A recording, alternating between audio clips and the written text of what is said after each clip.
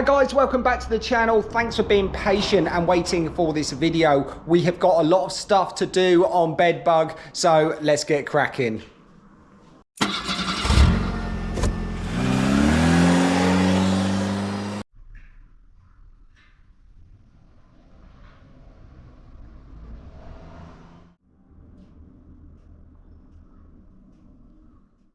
So in the last episode, we finally managed to get some primer on the exterior of BedBug, and it feels that this is a bit of a milestone moment. It's taken quite a while just to get this body ready for primer. And since then, I have been busy. I've been working on the back covers there that cover the back of the pickup bed, also the rear end and also the bumpers. So I've already made a bit of a head start on this video. I've already refitted these covers. Also, what I had to do is I had to bodywork this rear area of the front cover. It did have a couple of little lumpy bumps. No doubt that's where I put the welds down the sides. What I also did is I just put a tiny bit of fiberglass over the welds down the sides, and I've cleaned up these gaps all the way around the bed cover. And how I've done that is I've just used a bit of folded up piece of old sandpaper with a filler spreader in there, just at the right gap, and then I've just ran it down these edges here so I've got a nice clean sharp line. Also, when I was making these bed covers and I installed this handle here, one of the viewers suggested that maybe I should put a reinforcing plate on the underside of this handle just to give it some extra strength. And you can see that's exactly what I've done. I've just made a plate here just to reinforce the section below the handle. And I've done it to the front one here. I've still yet to make the reinforcing plate for the back one. So at the back you can see I've already fitted the engine lid, and I did have to do a lot more body work on this. It wasn't particularly straight. If you can remember from the previous video when we started messing around with building this whole back end, this engine lid was a very used part. It had a massive crash in the back. We had to straighten it out, but not only that, there was tons of rot that needed cutting out. What I've done though is I've just straightened it out the best I could, and I've had to put a little bit of filler here and there just to get it a bit straighter. But now I'm pretty happy with the way that fits. I can go ahead and prime that. So once the engine lid's primed, and I also need to prime that rear bumper, I can start looking at the rear lights. I can't really fit these until the rear bumper's on there. I've got these rear lights like these here, which are early bus ones. I've no idea where they're going to sit yet. So with the bumper on the back and with everything all primed, I should be able to kind of imagine what it's going to look like and go ahead and drill the holes for these lights. So what I've also done is spent some quality time with the bumpers. This is the front bumper. It's pretty much stock. It is a aftermarket bumper. I didn't really need to do much on this. I just prepped up the surface inside and out the best I could. What I've done just in these corners though, I've actually deleted the holes. I've welded them over and filled over the holes that were originally for the US spec tail rail bumpers, which aren't going to be used. I will just be putting some overriders on these ones. And what I've done with the rear bumper, which was originally a front bumper that was shortened, straightened, cut, etc. I finished off the bodywork on the outside of the bumper, and just on the inside I've given it a coat of the overpaintable stone guard just to give it a little bit more protection. But the one thing I need to look at for both these bumpers is fitting overriders. So I've got a pair of overriders for the front and the rear, and these look pretty good. They're aftermarket, and so is the bumper. And this is where the first problem lies, is an aftermarket bumper and aftermarket overriders. Well, they just don't fit. So these will need a little bit of trimming just on this edge here, just to get those to fit nice and snug. So normally a front and rear bumper are different on Beetles. They've got more of a curve on the rear, and where they bolt on is slightly different as well. But another problem I've got is I've got an aftermarket bumper here that I've filled, and also the aftermarket overrider, which is so not going to fit. So I will need to do a little bit of trimming on that. But not only that, I'm not entirely sure the position of this overrider. Normally on a rear bumper it would have 3 holes and it would go into the center one, so I'm not entirely sure where it's going to go. So what I'm going to do is trim these overriders back so they fit the bumper, and I'll probably go in the same position as the front bumper and see what it looks like at the rear.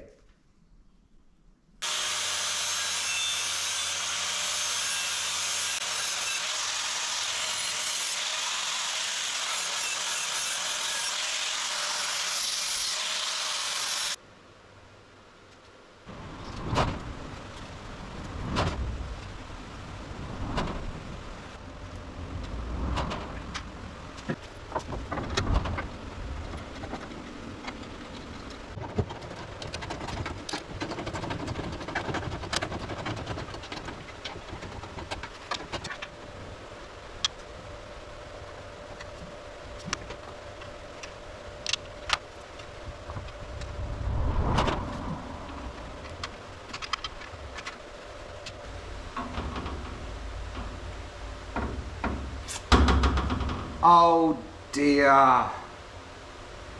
Well, it looks like we might have hit a little bit of a problem. So what I've done is I've just spent a little bit of time just removing some material on the inside of these overriders, just so they're a good fit on the back of this bumper. But now the bumper's fitted and I can get these overriders kind of where I want them, somewhere here or around this area, the engine lid won't open. And this could be a little bit of a problem, but to be honest, I don't think it is a big problem.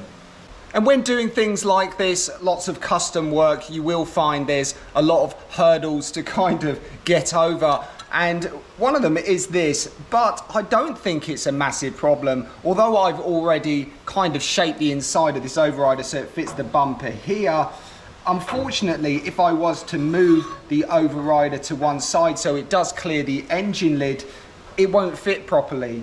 But with an overrider that I haven't yet clearance, it actually fits perfectly here. So if I was to use the unmodified overriders and just move them over to the side here, the engine lid would open quite well. And that's what I'm thinking. I think that what I'll do is I'll just move the problem out of the way, and I don't think they'll look bad in this position. So what I can do is just move the unmodified overrider just slightly over here. What I'll probably end up doing is just clearancing the inside just to make this a little bit straighter. But doing so, I'll be able to have enough clearance on the side of this engine lid. And to be honest, I don't think it looks too bad in this position.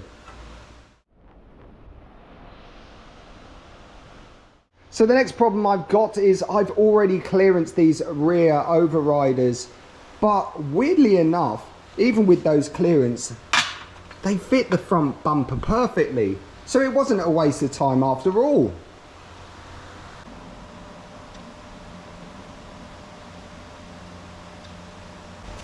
So what I've just done is taken some photos of this rear overrider. I'm going to send it to the customer, make sure he's happy before I start trying to make that fit the bumper a bit better. In the meantime though, it does mean I can get on with welding that reinforcing plate just on the back of this hatch.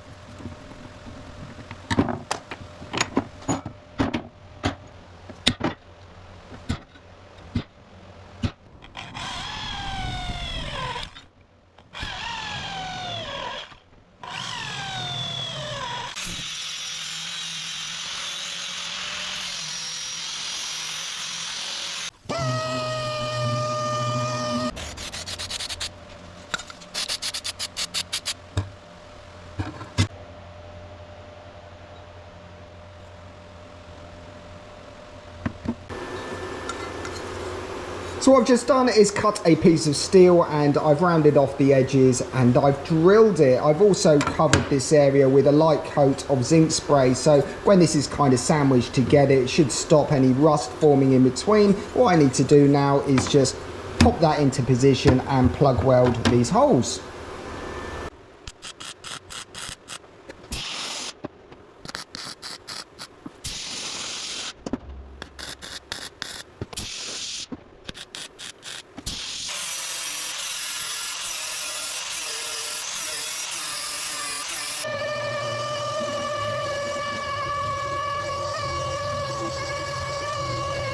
So that's the plate welded into position. What I need to do now is flip it over and use the hole cutter to make those holes either side and then cut it out with the angle grinder.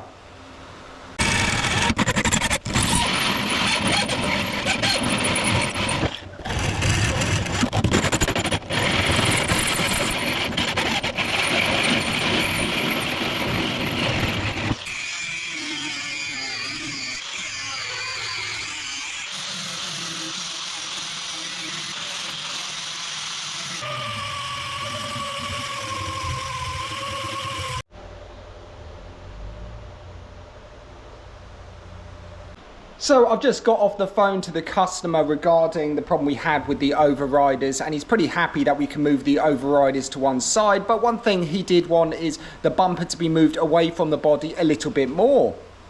So at the moment I'm using the bumper irons for a front bumper and not rear irons, and also the bumper originally was a front bumper. The rear irons are actually slightly different shape.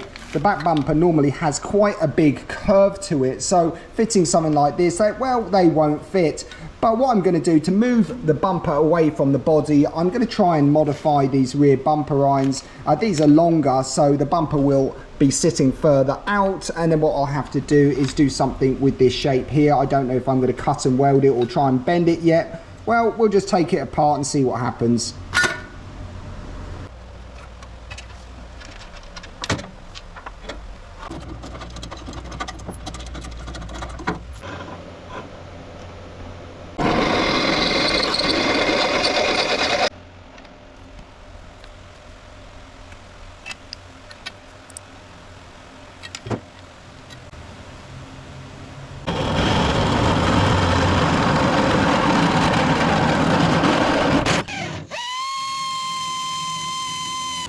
So what I've done is I've just modified these rear bumper irons straight away. These holes here are closer together on the front irons. So what I've had to do is just drill another hole here. And also what I've done is I've slotted out one of the holes at the front so they line up with the bolt holes on the back of the bumper. The other thing I've done is I've had to straighten out these bits here. And what I was worried about is that would be quite a tough job, but that was extremely easy to bend.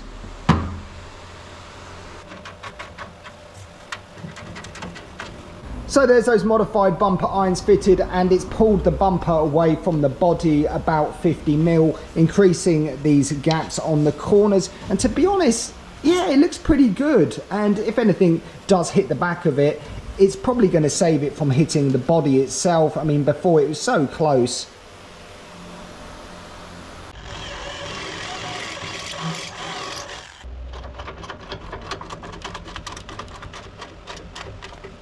So what I've done with the overriders is I've just clearanced this inner edge a little bit better on both sides, just to change that angle slightly, just to bring these overriders in. They did sit a little bit crooked, but doing that has straightened them out a little bit better. Also what I've done is I just marked and drilled a hole behind this and bolted them on.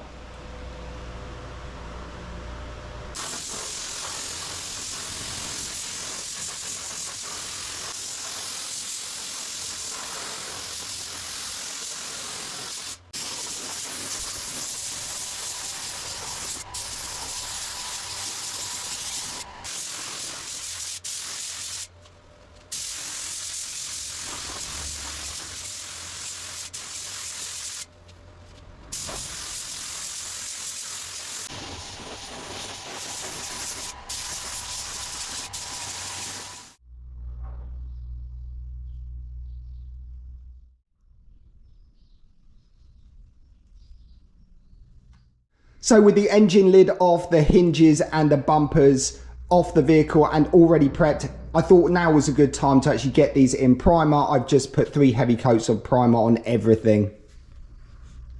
So the next thing I need to tackle is painting chrome. These are aftermarket overriders. The chrome finish isn't great, and there are special types of products you can use for painting chrome after you've keyed them up.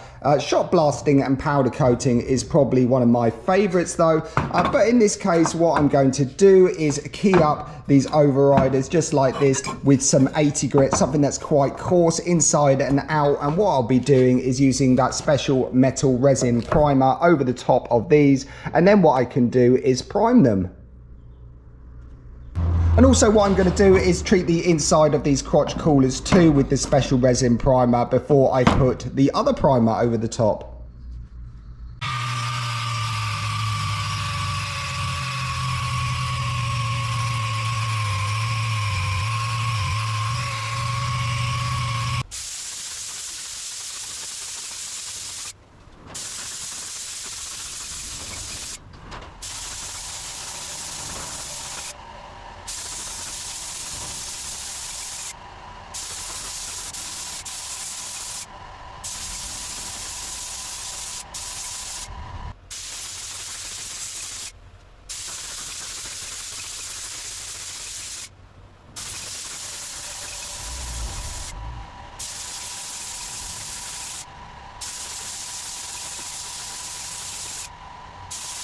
So there's the crotch coolers and the overriders, first coated with that special bare metal primer and then a couple of coats of high build. Unfortunately, in my haste, I did manage to drop these two, and you can see that I've marked them. Maybe those marks will flat out, otherwise I might have to do a little bit more primer work.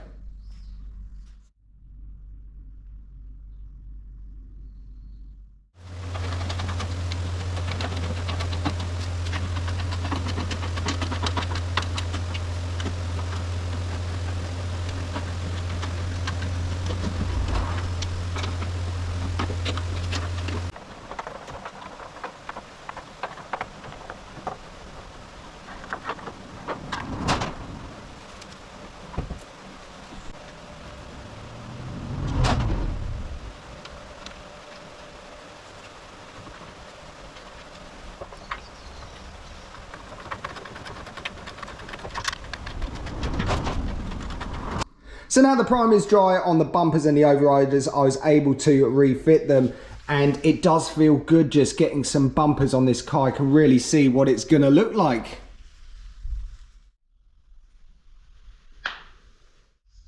And not only have I fitted the bumpers, I've also fitted this rear engine lid as well.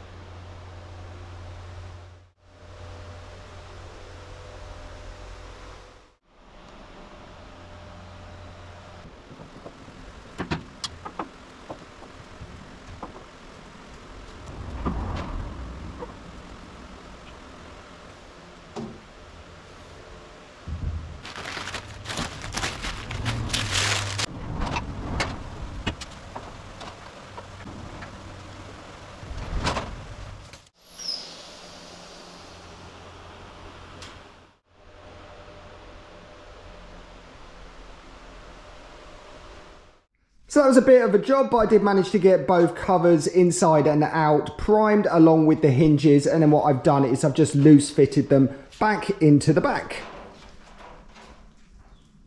So now the rear end is all fitted up and primed. I've got no excuses now. I really need to get on with positioning those rear lights and cutting the hole.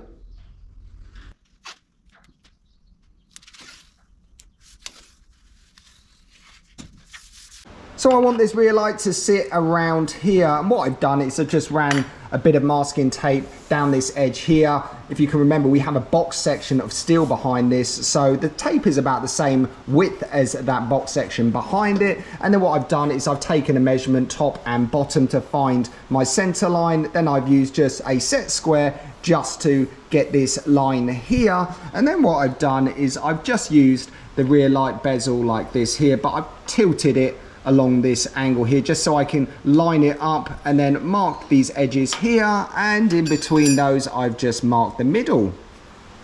So with that middle marked, I can go ahead and cut this hole out. But yes, I do have this issue on the inside here. You can see that this is the box section here and this is a reinforcing panel. So this reinforcing panel here I'll probably have to notch out just to give it a bit more clearance behind the light.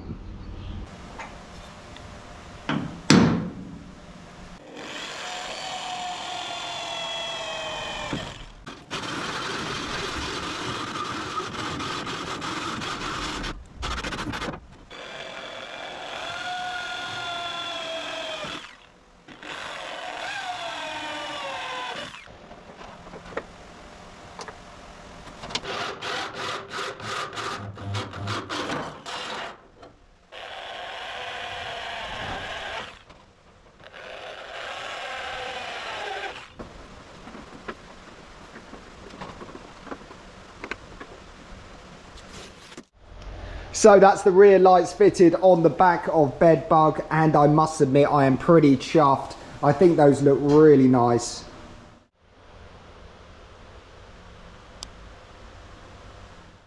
So these rear lights, they went in surprisingly simple. In my head, I thought this would be quite a difficult job, but it turned out to be pretty easy, and I didn't even have to clearance that area behind the lamp unit.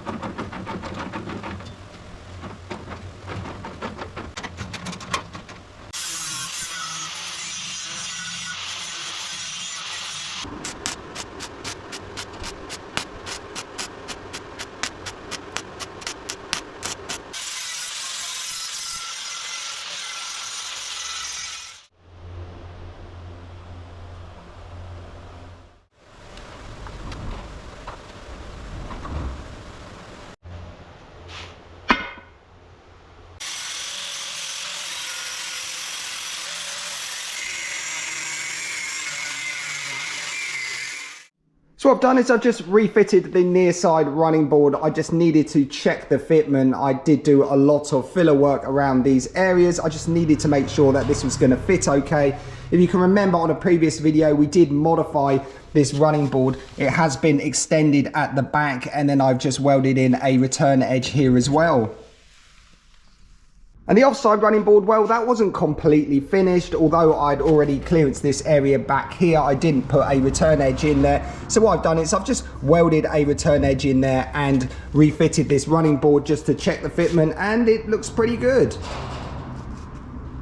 So these running boards aren't quite ready for priming yet. I will need to remove these little holes you can see that are along here. These are for the trim clips. These won't be used. This will be a color-coded running board, so I do need to do that. And then I just need to tidy up these edges here, key up the whole lot and prime them. And I've also refitted the crotch coolers. No reason for this, it's just to get them off the table and just get them back on the car so they're nice and safe.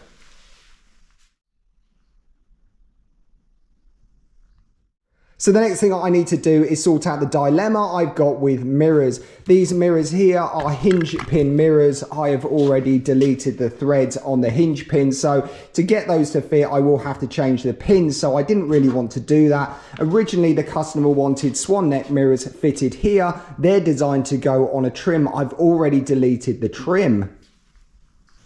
So this is a swan neck mirror, and normally on this vehicle you'd have a wide trim that goes down this quarter panel around here, and what you do is you just cut the end of the trim off and you're left with one hole at the end of the trim where that stud fits, and then this cutout here sits on top of the trim just to hold it nice and secure somewhere like this here. So what I need to do now is try and fit these mirrors without the trim, and you can see here there is a rounded cutout here that's designed to go over the trim. So that was the first dilemma, and what I need to do is somehow support this mirror with two studs, as the trim is no longer there to hold it nice and secure. So I have come up with an idea, and it's pretty simple. What I've done here is I've just got a thick bit of steel. I've cut it to around the right kind of measurement here to fit into that gap there, and then what I've done is I've just drilled and countersunk it. This is actually two parts there, and I can put an M5 bolt nice and flush.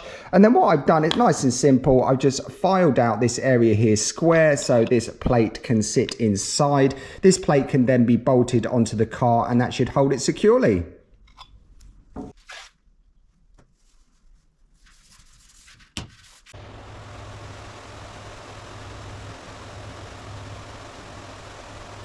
So I just put a bit of masking tape there, and I've just marked a line here. That's approximately where the trim line would have sat before. I've also added a little bit of wing beading just so I can check the clearance. And then what I've done is templated the back of the mirror here. And then I've kind of put it where I need it to be, which is around this area here. I've marked the hole there, and I've also marked the back edge. This will be the back edge of the previously made block.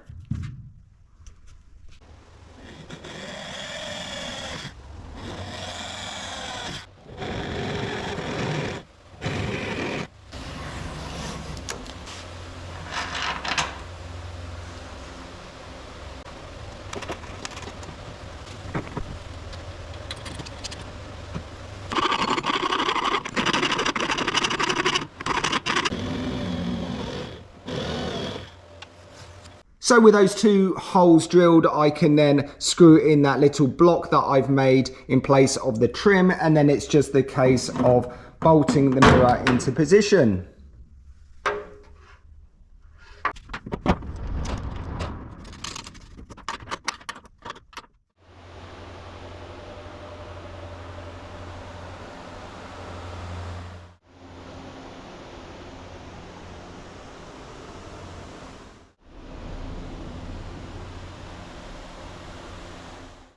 So when doing jobs like this, it can be a bit daunting, a bit scary drilling holes and things like that. But remember, never stop exploring and keep trying. And I may have just got that quote off the side of my hole cutter box. So in this episode, I feel that I've kind of smashed it. I've got so much work done that I've been really meaning to do on BedBug, but the journey's not over yet. I still need to get that interior sorted and the areas underneath the rear covers. So recently some friends popped over from the UK, and it seemed rude not to jump in the car and go for a little adventure. We did find ourselves driving through the mountains of Gunma, and we also found a place that you can rent a tuk tuk from in the middle of nowhere. So I'll leave that at the end of this video if you're interested. So that has been another little bite on a rather large project, which is Project BedBug. Thanks as always for tuning in, guys. Really do appreciate it. And I'll see you next time. Cheers!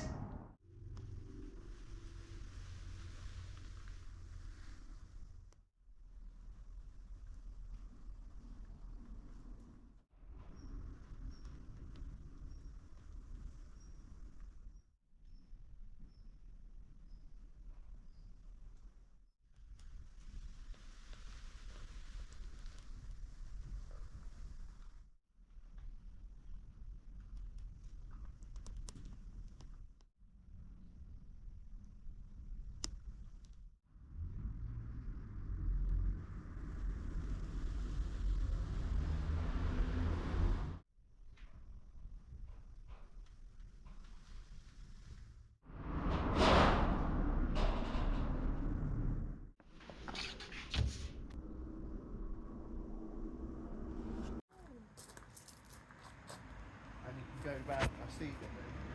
Of course,